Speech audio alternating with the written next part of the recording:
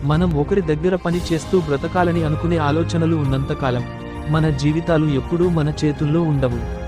నిజమైన స్వాతంత్ర్యం మన కృషితో స్వంత మార్గాన్ని ఏర్పరుచుకోవడంలో ఉంటుంది. ఒక చిన్న కథ చెబుతాను వినండి. ఒక చిన్న ఊరిలో రాకేష్ అనే యువకుడు ఉండేవాడు. అతనికి తల్లిదండ్రుల మాటలు తప్ప ఎప్పటికీ ఇతరులను ఆశ్రయించడానికి అలవాటు.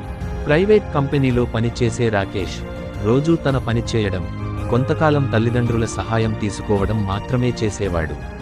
నా పని సరి చేస్తే చాలు, నా స్వతంత్ర నిర్ణయాలు తీసుకోవడమేమిటి అనేది అతనికి అర్థం కావడం లేదు. ఒకరోజు రాకేష్ తండ్రి అతడిని పిలిచి సూటిగా చెప్పారు, రాకేష్, నీ జీవితంలో స్వతంత్రత చాలా ముఖ్యం. ఒకే సంస్థలో పనిచేస్తే కష్టపడితే కొన్ని సంవత్సరాల తర్వాత ఒక స్థిరమైన జీవితం పొందవచ్చు. కానీ నీ స్వంత వ్యాపారం చేసి మనం అనుకున్న లక్ష్యాలను అందుకోవడం నిజమైన స్వతంత్రత. ఆ మాటలు రాకేష్ హృదయాన్ని తాకాయి. ఆ రాత్రి తండ్రి మాటలు అతనికి కొత్తగా అనిపించాయి. నేను ప్రైవేట్ ఉద్యోగంలో ఉన్నా నిజంగా స్వతంత్రంగా ఏదైనా చేయాలా అని ఆలోచించాడు. ఆ రోజు నుండి రాకేష్ తన స్వంత వ్యాపారం ప్రారంభించాలని నిర్ణయించుకున్నాడు.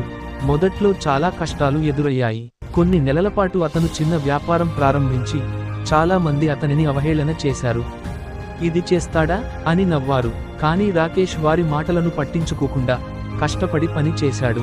మెల్లగా అతని వ్యాపారం విస్తరించసాగింది.